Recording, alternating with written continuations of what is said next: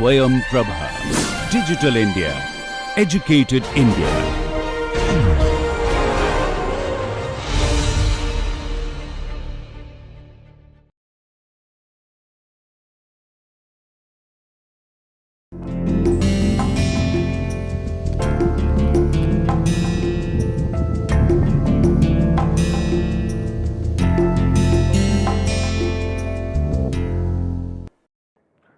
So, let us continue the discussion. What we are doing it, that the enthalpy of formation, enthalpy of formation, enthalpy of reaction and enthalpy of combustion, and we took an example and let us see what the example was. So, we took an example of methane. This is where we stopped, which was at the standard state at the reactant, and the product is also standard state. So, we get the enthalpy of, and then we find out per unit mass. So, one can also look at that. So, that is per kg per mix is delta HR, which is kilojoule per fuel, m fuel divided by m mix, where m fuel by m mix is m of air plus m of fuel, which is 1 by air by fuel plus 1. So, now one can see how this can be used to find out. This is minus 50,016 divided by 17.11 plus 1, which is minus 2761.8. So, one can do this kind of simple example, one can take and do these calculations. Now, enthalpy of combustion also depends on temperature chosen for its evaluation, and since enthalpies of reactants and products are the temperature dependent, obviously, because you have reactants which are coming in, and when they are reacting there is a heat release which takes place. So, obviously, the product will have a different temperature. Now, the heat of combustion, which is delta Hc, which is also known as heating value or calorific value, is typically equal to the enthalpy of combustion, but with opposite sign. And there are two different types of heating values. One is the high heating value or higher heating value, and another is the lower heating value, and that depends on what you get as a product H2O. In the product H2O, if it is in liquid form, then you get the higher heating value, and when the product and H2O in the product is in vapor state, it is a lower heating value. Now, that brings to an important another parameter, which is an adiabatic flame temperature. This is again very specific to a particular fuel, and when it is reacted with an oxidizer or air. So, let us say even for example, methane is reacted with air and methane is reacted with oxygen, the temperature of the product would be different. Similarly, the adiabatic flame temperature would be different, but any given condition for a given fuel, this is one of the theoretical temperature that what is possibly can happen. Now, we will differentiate between two adiabatic flame temperature. One is the constant pressure combustion process, another is the constant volume combustion process. Now, what happens when it is a constant pressure process? So, fuel air mixture burns adiabatically at constant pressure. Absolute enthalpy of reactants at the initial state, say T1 and P, equals absolute enthalpy of the product at final state. So, that is at T adiabatic and P atmospheric. That means there is no pressure change. So, the adiabatic flame temperature definition will get you the reactant enthalpy at Ti and P would be the product enthalpy at T adiabatic and P, and on per unit mass you can find out from these to this. So, this will one can calculate the adiabatic flame temperature, and it is a simple calculation, but it requires some knowledge of composition of the combustion product. So, that means if I have an methane which is reacting or propane which is reacting, then the combustion product needs to be known. Now, the second one is the constant volume adiabatic temperature. So, that is it, T adiabatic, and what it deal with, the constant pressure combustion system such as gas turbine, rocket engine, the appropriate approach would involve constant pressure adiabatic flame temperature. So, depending on the example, one can use different approach, whether constant pressure approach or constant volume approach. Now, when we are dealing with constant volume combustion system such as enclosed explosion or Otto cycle analysis, the appropriate approach would involve constant volume adiabatic. So, there is a big difference between these two processes. One is constant pressure, this is P constant, this is V constant. Now, when you come to constant volume adiabatic flame temperature calculation, so you get an U reactant, that is the absolute internal energy. U stands here not velocity, it is an internal energy at initial temperature and pressure. It should be the product internal energy or the absolute internal energy at adiabatic flame temperature and pressure. Now, most of the thermodynamic property compilations and calculation involve H and U. So, we now compile them. The enthalpy is essentially a information gets from internal energy and the PV. Now, what you can write that from equation 1.41, that H reactant minus H product minus V P initial minus P final would be 0. Now, if you apply the ideal gas law here, so we apply ideal gas law. So, P init into volume is summation of all the reactant Ni Ru T init, which is N reactant Ru T init. Similarly, one can find out at the final PV equals to is the summation over product Ni Ru T adiabatic product Ru T adiabatic. So, it is just an pressure volume relationship using ideal gas one can find out. Now, this if you substitute in 1.42, what we get? We get H reactant minus H product Ru N reactant T init minus N product T adiabatic 0. Now, we have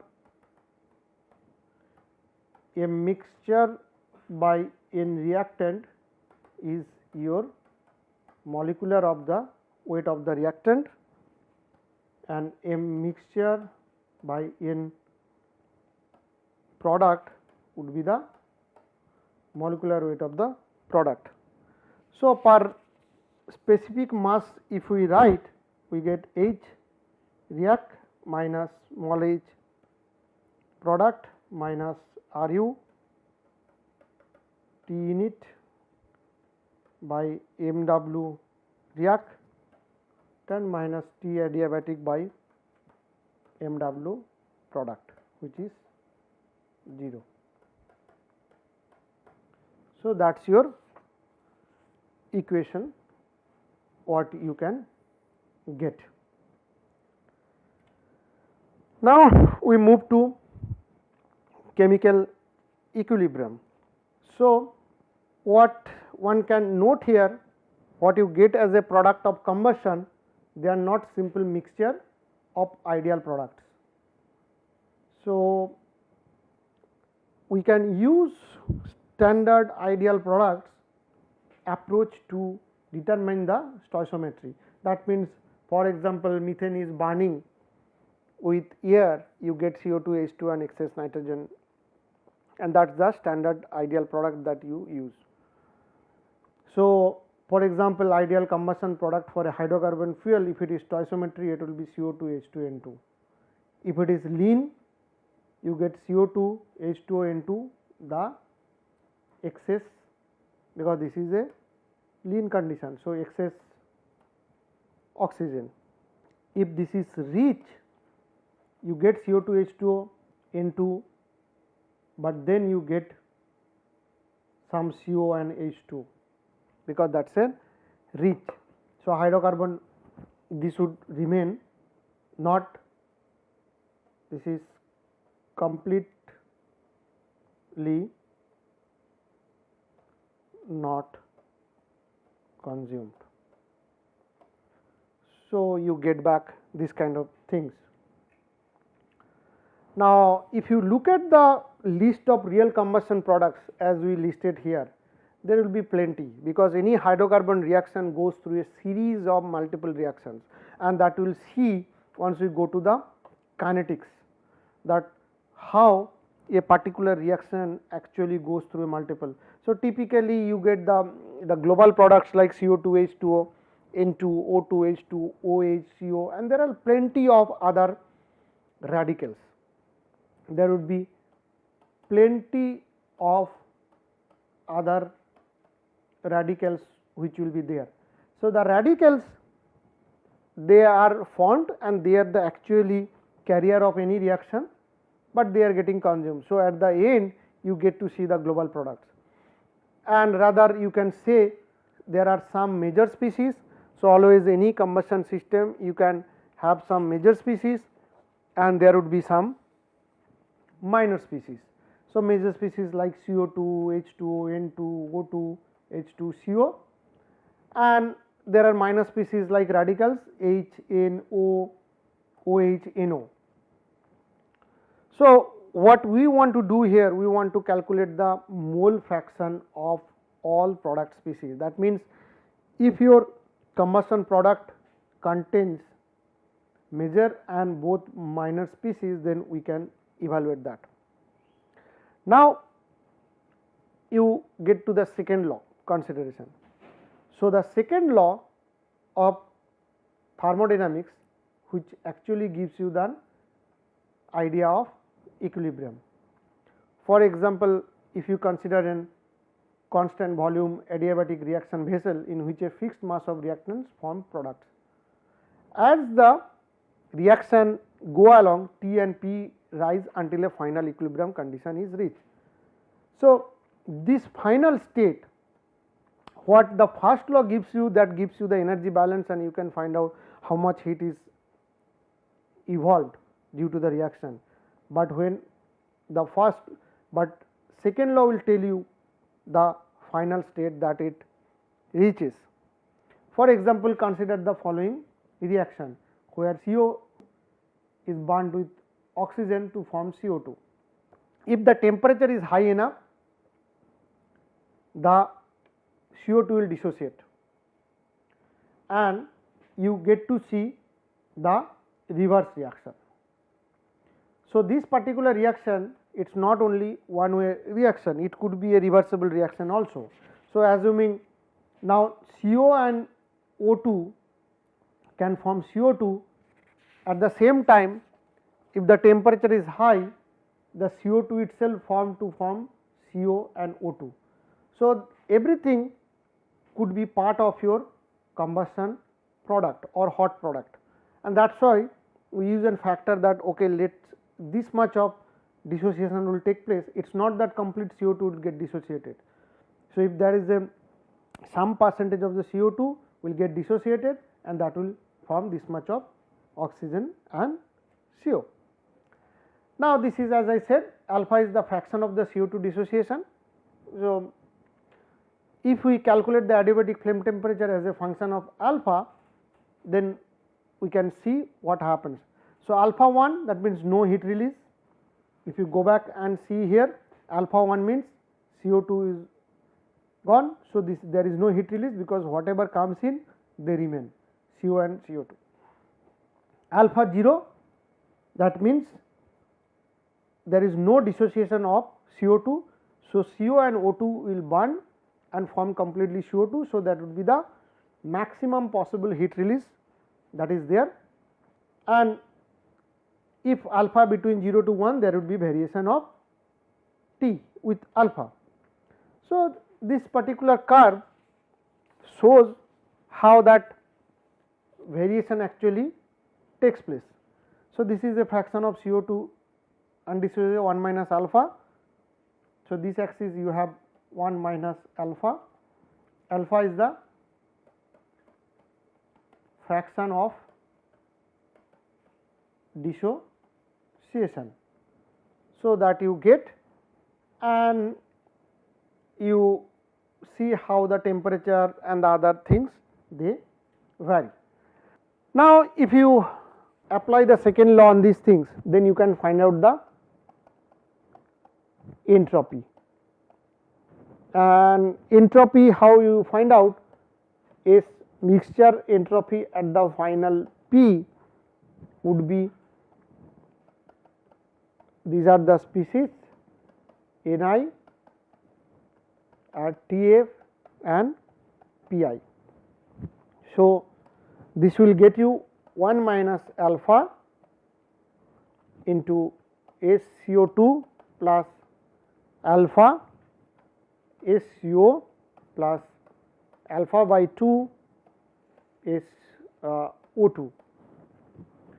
So, that is your 1.47.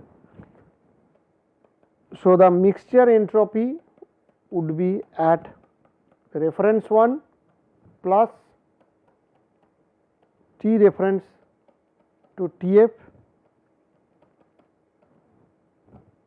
dt by T minus Ru ln Pi by P naught. So, you can find out that thing. Now, if we plot the mixture entropy versus alpha, we see that entropy reaches maximum at alpha equals to 0.5, around that time it will be maximum. Now, for second law requires that entropy change in internal to the system which is greater than, because the system entropy is changing, and the mole fraction will shift toward the point of maximum entropy when approaching from both sides, and as soon as you reach the maximum entropy, there would be no change in the mole fraction, which is not allowed. So, that will form the basis of your equilibrium, and one can formally put the condition for the equilibrium is that change of entropy is going to be 0 for given u, v and m. Now, if you fix the internal energy and volume and mass for an isolated system, so one can apply first law, which is your equation 1.41 that we have derived. You can use second law and equation of state 1.2 define the equilibrium T, P and mole fraction. So, you get all these things. Now, there is another important function which is a Gibbs function. For an isolated system or of fixed volume, mass and energy system, the maximum entropy approach demonstrates the role of second law. So, in most typical system, however, equilibrium is given for a T, P and phi. Now, Gibbs free energy, which is designated as a the enthalpy and T and S that gives you an idea what happens to the reaction. So, in terms of second law Gibbs free energy, the Gibbs free energy is always less than equals to 0, which clearly states that it is always decreases spontaneously isothermal isobaric change of fixed mass system. So, this will allow us to calculate the mole fraction at a given pressure and temperature, and when it is an equilibrium, this should be the change is 0. So, once the change is 0 from the equilibrium, one can find out the Gibbs function. Now, for a mixture of ideal gases, the Gibbs function of the ice species can be given. So, again these are very basics of your thermodynamics, or rather basics of your combustion processes, and this would be very much required once we go along. So, this is a Gibbs function at standard state and pressure.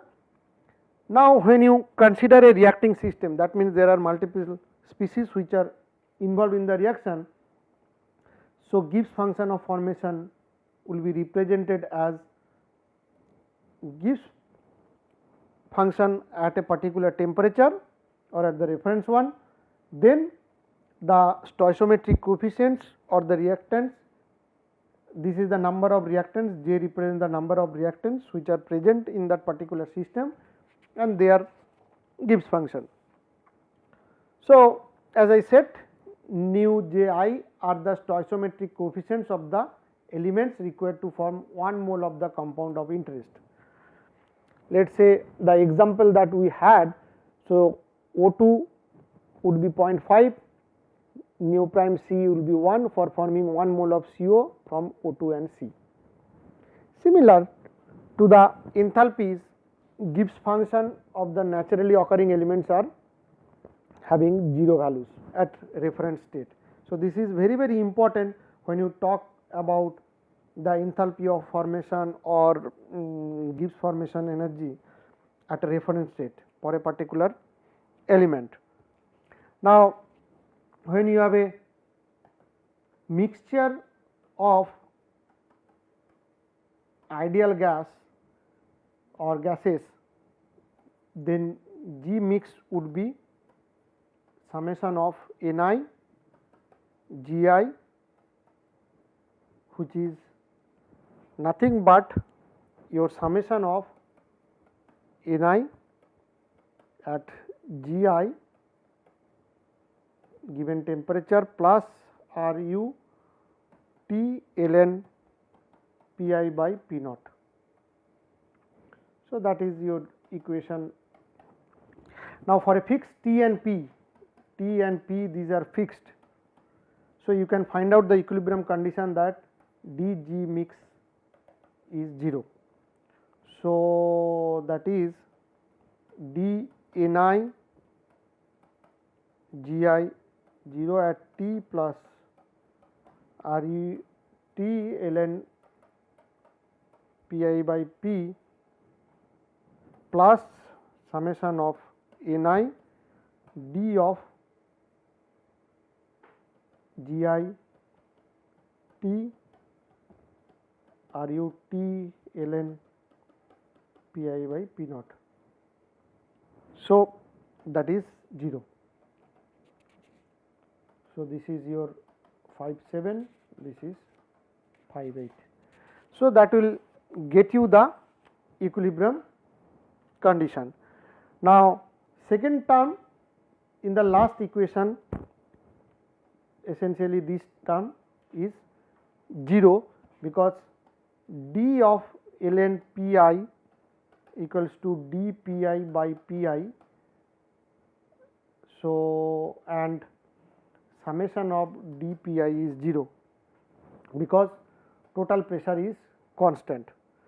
So, then we get dG mix equals to 0 equals to d Ni Gi T naught plus Ru T ln Pi by P naught, which is 1.59. For a general system, one can write where AA plus BB equals to EE FF, something like that. So, one can define a very generic system and do that. So, change in number of each species is proportional to its stoichiometric coefficient. So, dNA would be minus kappa A, dNB would be minus kappa B, and so long dNE would be kappa E, dNF, kappa F, like that. So, that's how, if you do that, now you put everything together. So, this looks little messy, but 1.61 into 1.59 and eliminate k. So, you get minus A plus B E F, that would be your equilibrium condition 0, and if you find out, do little bit of algebra, you finally get this, and that is a simple algebra one can do. Now, what you can look at it, that the previous equation 1.63, the left hand side is a standard state Gibbs function. So, this is what we are talking about. So, this is a standard state Gibbs function change. So, that would, one can write that change of Gibbs function would be this much and this would be another one. So, natural logarithm of the previous equation, if you take, you get the equilibrium constant Kp in terms of all the partial pressure. So, then one can write that Gt naught is Ru T ln Kp, which is your 1.6 is B, and Kp is exponential component of minus delta Gt Ru T, which is 66B. Now, the 6.5 and 6.6 qualitative indication of whether a particular reaction. So, that means the 6.5 and along with 6.6, these two equation 1.65 and 1.66, they will give you an indication whether a particular reaction favors products or reactants at equilibrium. If it is reactants, then if delta Gt 0 greater than 0, that will give you ln Kp less than 0, which means Kp would be less than 1, or if it favors the products, then your delta Gt would be 0, which would be ln Kp greater than 0, Kp greater than 1. So, that is how you get it. Now, similar physical insight one can obtain by considering the definition of Gt in terms of enthalpy and entropy change, which is Gt is delta H naught minus T delta S naught, and if you put this one back in equation 1.66b, you get Kp is exponential factor of minus delta H naught by Ru T into exponential delta S0 by Ru. Now, for Kp greater than 1, this favors the products and delta H naught should be negative. So, this would be always negative, and it would be also positive changes in entropy lead to Kp greater than 1. So, this is how you can find out the relation between these Gibbs function and all these things. So, we will stop here today and continue the discussion in the next lecture. Thank you.